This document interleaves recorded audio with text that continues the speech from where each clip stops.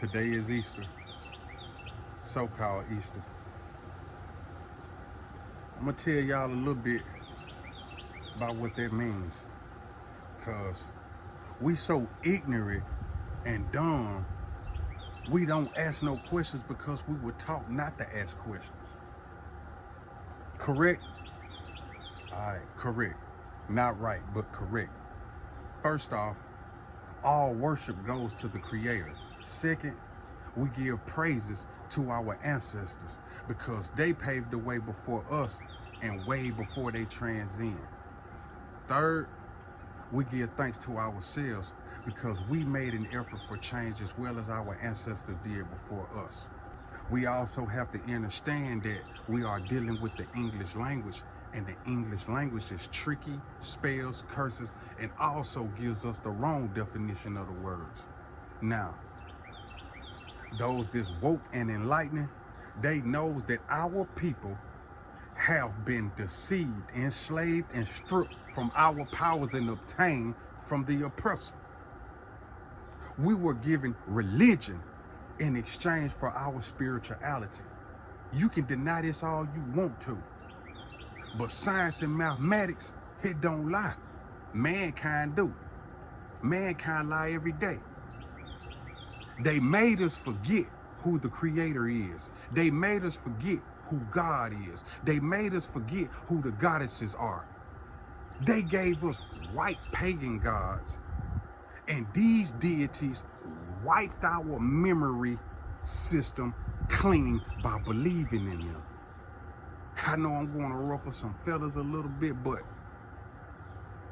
the Creator is a female.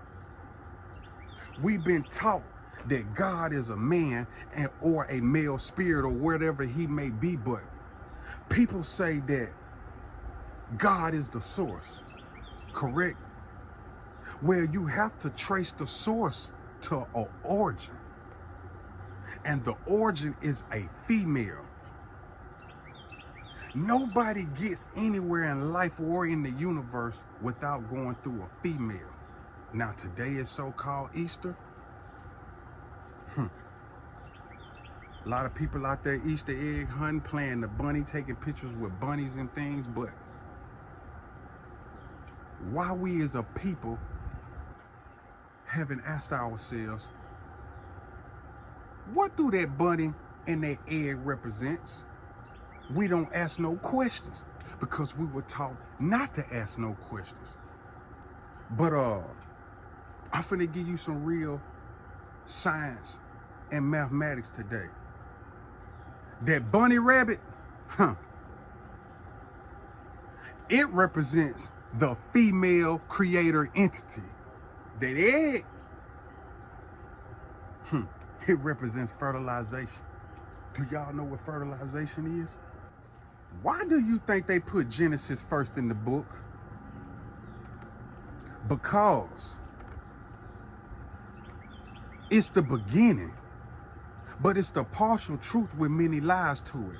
Now, Constantine in 325 AD, he was Constantine, the Roman emperor, he took the prefix off of Genesis. The correct word is parthenogenesis. Now, parthenogenesis is a form of asexual reproductive where offsprings develop from an unfertilized egg without the involvement of a male. Did you hear that? Without the involvement of a male. I know some of y'all that's out there listening right now, like, man, that's not possible. That ain't possible at all. But yeah, the Creator is a female. There was no penetration taking place at all. It became a thought process, and to think something, you are creating it. And the females creators thought us to be in their image and spoke it in a certain sound and a certain frequency, and it became a reality. Once again, did no penetration take place back then. Males were only created to serve, protect, and be submissive to the female creator. Don't believe me? Go do your research. This is real science and mathematics. Why the book doesn't mention Adam's mother? He just magically and mysteriously appeared fully grown, fully grown. But we don't ask no questions because we were taught not to. You understand what I'm saying? It's hidden in plain sight. And those that's awoke and enlightened knows. They knows this. We know this. But the religious people don't understand because they are attached to religion instead of spirituality. They attached to religion instead of spirituality. Religion is a cult. It is man-made. Now, I ain't got nothing against the religious people because, you know, they feel like it brings happiness and joy in their life, but it also brings pain and sorrow. But the people that's awakening and enlightening knows that in Genesis, when it said, let us make man in our image, that these were the council of female creators at a round table. They were at a round table. Everyone knows that's awakening and enlightening knows that King Atum is Atom's father, aka Zakir. And that's Atom, not Adam. Everyone knows that he's his worldly father, but not biological. Everyone that's awakening and enlightening knows that Lilith is Atom's mother and creator. He wasn't brought here through penetration. He was created through parthenogenesis. Once again, people, this is science and mathematics, and they don't lie. Mankind do. Let me clear that up. The female creators, they did not have offsprings through their vagina. They had what we know today as C-sections, aka cesarean sections, and it originates from the Latin word sedere, and that is meaning to cut. So yes, they were performing C-sections back then. Nothing new under the sun. You get what I'm saying? Eve's father, worldly father, his name is Ptah, and Eve's real name is Hawa, and that's Hawwah. This is forbidden knowledge to the masses that they don't want you to know. The female vagina wasn't meant to penetrate, and you have what we call today a cherry, and it originates from the word hymen, that's Hymen, and is a membrane covering the entrance of the vagina. It's a force field. It's protecting something. It's protecting it from being penetrated. The womb portal wasn't meant to get penetrated. Now, this serpent character, it can mean so many things. The rabbit hole gets so deep, y'all.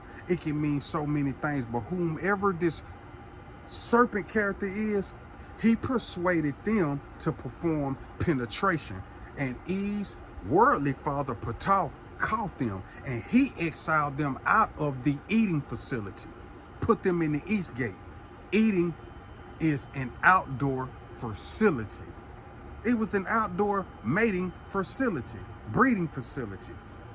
I didn't let that be known in the beginning, and it wasn't no garden. It'd be unsanitary for that to even happen. Vegetations and all of that wouldn't even grow. But this is why Ptah told Eve, aka Hawa, you will bear pain now because your hymen was broken. Now you have to have the offsprings through the vagina instead of having the C-section in real time. Parthenogenesis is for real, people. Parthenogenesis is for real. That so-called Jesus, the son of Mary, and Joseph, you see how Joseph wasn't his biological father, he was his worldly father, correct? Mary was so-called a virgin, but virgin doesn't mean not to have sex, but it means to have a pure, clear, conscious mind. Also, virgin originates from Virgo, the constellation of the stars.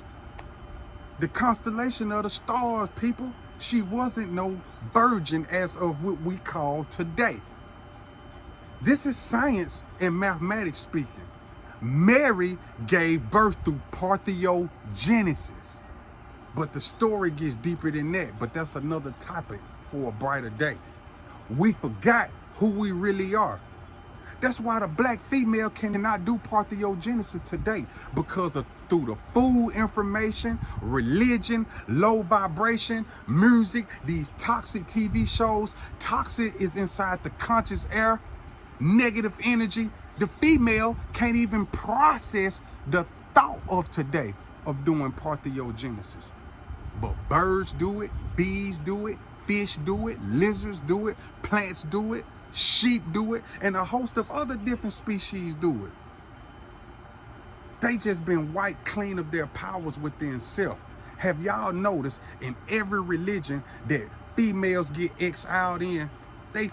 All religion exile females out, the whole world. They tell us about the God, the creator, pardon me, but they gave us the Father, the Son, and the Holy Spirit. Where the female at? Where is the female? They made the female submissive.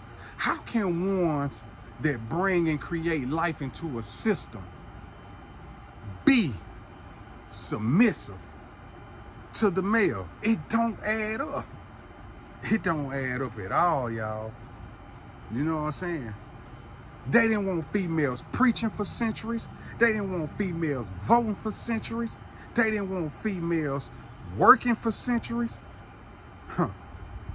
They didn't want females having education for centuries.